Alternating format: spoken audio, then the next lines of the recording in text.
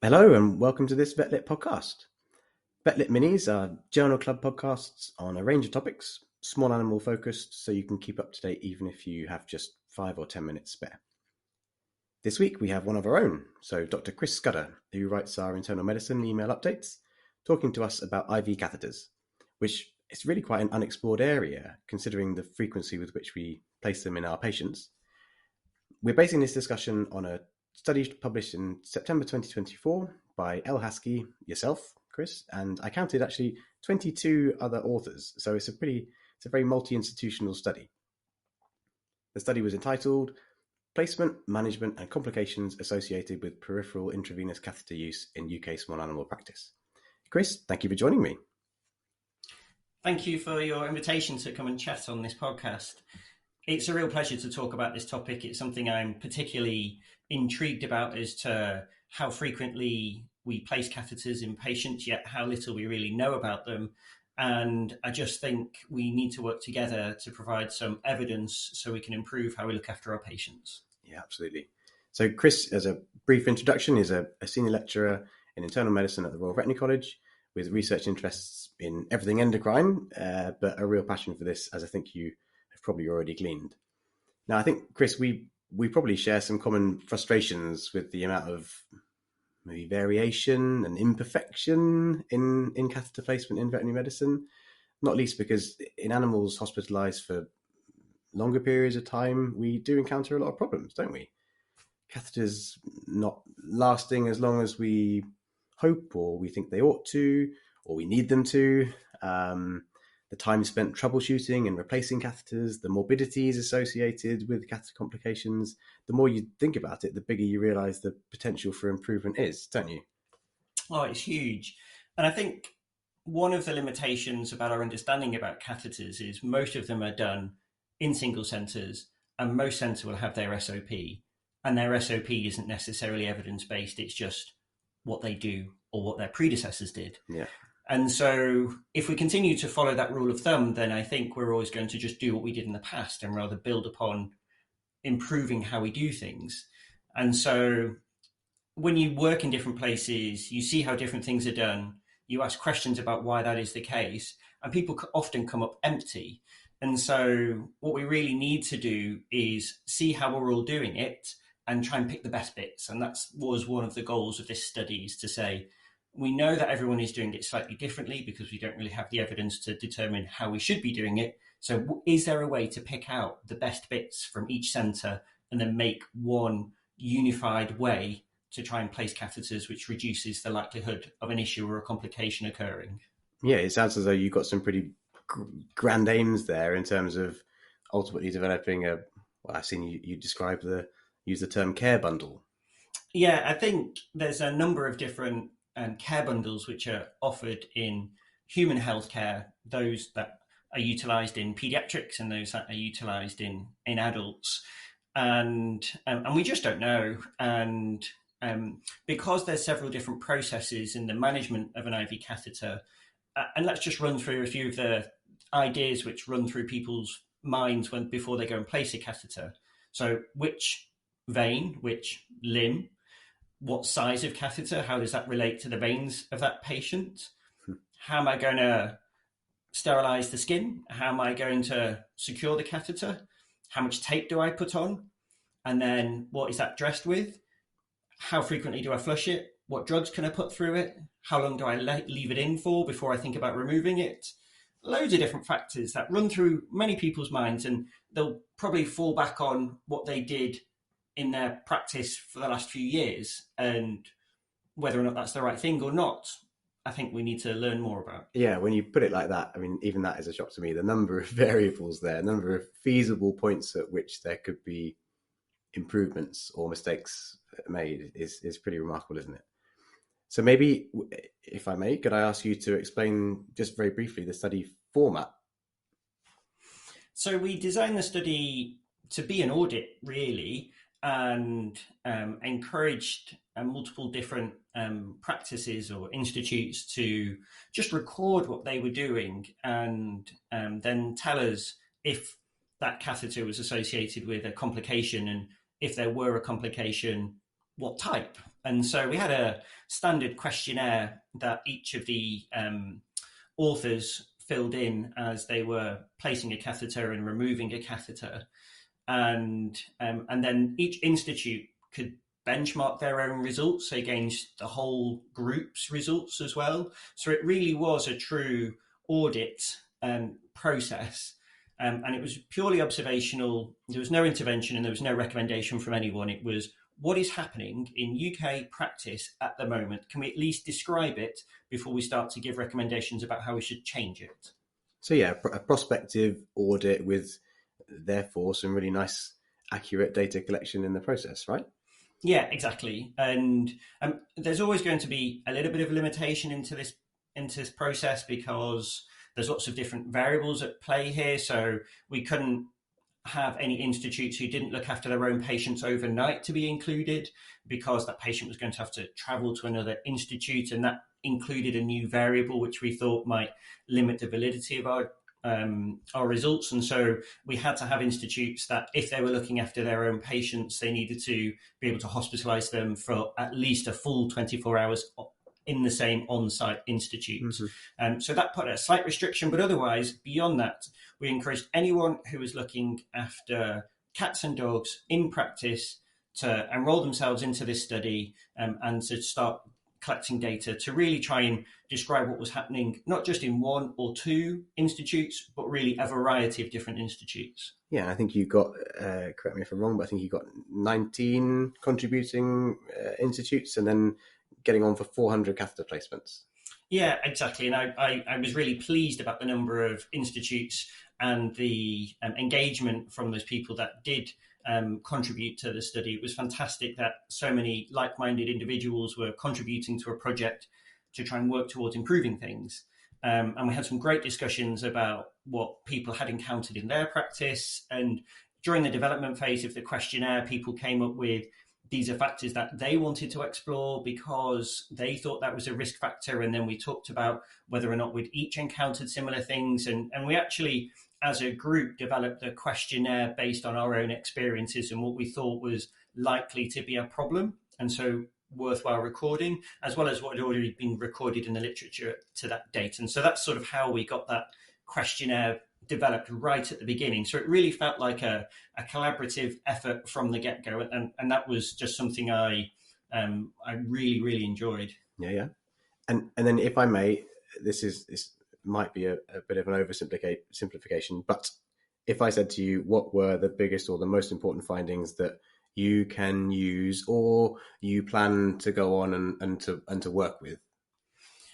I think one of the I don't know if it's a shocking finding or surprising finding, but certainly one of the outcomes which raises a few eyebrows is the infrequency of people preparing their own hands before they place an IV catheter. So almost a third of individuals either didn't properly wash their hands before placing that IV catheter. And so if we can't achieve the basics of ourselves, then how can we improve things? So a take-home message for me from this project was really how much hand hygiene isn't being performed, and it's an area we can easily improve before we place these effectively invasive devices in patients. The other thing, I suppose, which I thought was interesting is the frequency of complications. So about a quarter of catheters were associated with some sort of complication. And when we talk about complications, the big one really was phlebitis, so inflammation of the vein, and we can sometimes also see other complications slightly less commonly, such as dislodgement and dermatitis. But phlebitis being the big one, and also being the very worrying one as well, because that can have a number of different consequences systemically on that patient. So it was concerning to me that you place 4 catheters and one is likely to have a problem, and we should be making every effort to reduce that number. It seems like there's a lot of scope to be able to reduce that, and I find it, fascinating as well, right? We're not performing hand washing in a third of patients, and then we're putting these catheters in half of patients had the catheters placed while on the floor. And I know this is nothing abnormal at all for any of us, but when you look at it like that in raw terms, you're saying, I'm not hand washing, I'm doing it on the floor, I'm using bits of elastoplast that I've taped to the side. What, it's kind of funny really. What do we actually expect? And we shouldn't be surprised that we have all these complications. Yeah, and I think it's not until it's written down in front of you before you really think about whether or not that's appropriate or not. Yeah. If you just go through the motions, it's just what you've done, and then you read about it and think about it, and you think, oh, actually, maybe we could be better on this. And yeah, I think there's a whole host of different reasons why I think we have a high number of complications when we place an IV catheter in a cat or dog. And as you say, the location of where the patient is, but we use brown tape off a reel a lot of the time. That was commonly used in this study. And then we expect that to be okay when we're putting it next to an invasive device. Yeah. I mean, it really feels as though there are some entry-level basics that we could be changing, which could, I think, make a big difference. Yeah, it seems pretty likely that they might. Yeah. Okay, great. So then I suppose if we move slightly away from the actual study specifics, just topically, for you, are there any very specific do's and don'ts in your catheter placement or management, or maybe things that you can imagine being the case in the future? I mean, when you start thinking about these, more and more things start creeping into your mind. And then when you observe catheter placement, you're then really aware if something hasn't gone how you personally would like it to have gone. Let's talk about something as really simple as a clip. So we've all seen clip patches on legs, which vary in size from sometimes very small to sometimes very large. And I've seen people do huge clip patches on a limb, which I'm very comfortable with, and then place the catheter right at the bottom of that clip patch. And so a lot of the catheter ends up dragging through the hair, even though the individuals made a large attempt to remove a lot of hair from that patient. Mm-hmm. And so appropriate preparation of the patient and appropriate location of the vein where the intravenous catheter is inserted into, I think is really important. We've also probably all seen people have a good feel around the leg. Where is the vein? I've cleaned it with my chlorhexidine and my spirit, but I'm going to go back prodding and then put the catheter back in. So again, I think we should be working towards sort of a non-touch technique where we keep that as a sterile field, as sterile as a surgical field, rather than feeling as though it's okay, just go and have another feel, just double check. I really feel as though entry into the body should be done in a sterile fashion. And if you look at how many catheters are placed, I don't feel even that phase of the process is being met yet. Yeah. And I suppose maintenance of that field is, we can think about that at every step of the process, can't we, as well? Because presumably things like the type of tape or bandage or dressing, whatever we want to use, is likely to change in the future if we're going to achieve amazing things with regards to sterility. So maybe even having transparent material might well be a big helping hand as well to monitor the progress of that catheter. Do you see that coming? I mean, I think that would be absolutely fabulous. Again, after a catheter is placed, the stellate is removed. How many times does a little drop of blood spill out? How many times does that little drop of blood just sit on some brown tape? And then we put another layer of brown tape over it so we can't see it. So we feel good because we can't see it, but it's still there. I think if we're able to visualize the insertion site, then I think we'll be better off determining whether or not there is a complication earlier, because at the moment, with a lot of tape, we're probably picking up complications quite late. And so if we can observe that the insertion site is changing, and if we can visualize the insertion site by having some sort of semi-permeable, sterile, transparent dressing, then I think that would be a huge advantage. And sometimes those kind of dressings are used on central catheters at the moment, but I think we should be moving towards using them on peripheral catheters as well. Yeah, that'd be really nice. I guess it's easy to think as well, isn't it, that I'm just putting the catheter in for a short period, but I guess we've certainly, both of us, got experiences that have sort of burnt us, haven't we, in terms of having catheters that have been real problems. It's not such a simple procedure. Using the term invasive is entirely appropriate, isn't it? Oh yeah, I read a statistic that IV catheters are the most common invasive device placed in healthcare. Right. So I think we need to be thinking them as invasive devices and then treating them as such. And I am very aware that cost is an important factor in terms of how much does it cost to place an IV catheter, and an owner has to cover the cost of those IV catheters. But if we're having to replace an IV catheter early because it's had a complication, then we'll be charging the owner for a second IV catheter earlier than we otherwise would have necessarily had to. So there's a direct financial cost to the owner if we don't get it right the first time. And again, I don't want to be too evangelical, but there is also an environmental cost as well. And so if we are able to extend the life of indwelling IV catheters, then I do hope or believe that there would be a double benefit, both reducing the amount of consumables that we end up wasting, and hopefully owners will be charged less while their own pet has an IV catheter in place. Yeah, absolutely.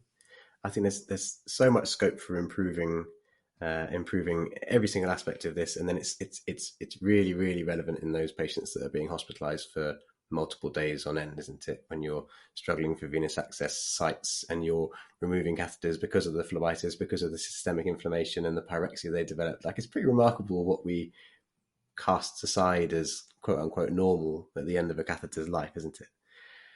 And then I suppose one really cool extra point for our listeners is just that the entire data set for all of this whole project is publicly available, isn't it? I wanted everyone to have access to it because the initial premises of this project, and we we're hoping to build upon this, but is to allow people to be able to benchmark themselves against this. So this was designed as an audit for the institutions that contributed data, but hopefully any practice can benchmark against this. And so you can compare your data set and how your patients are being managed to the general population of patients that have been included in our study. And if we don't have something to benchmark against, and if we don't give people access to that data, then again, how do we do the re-audit cycle effectively?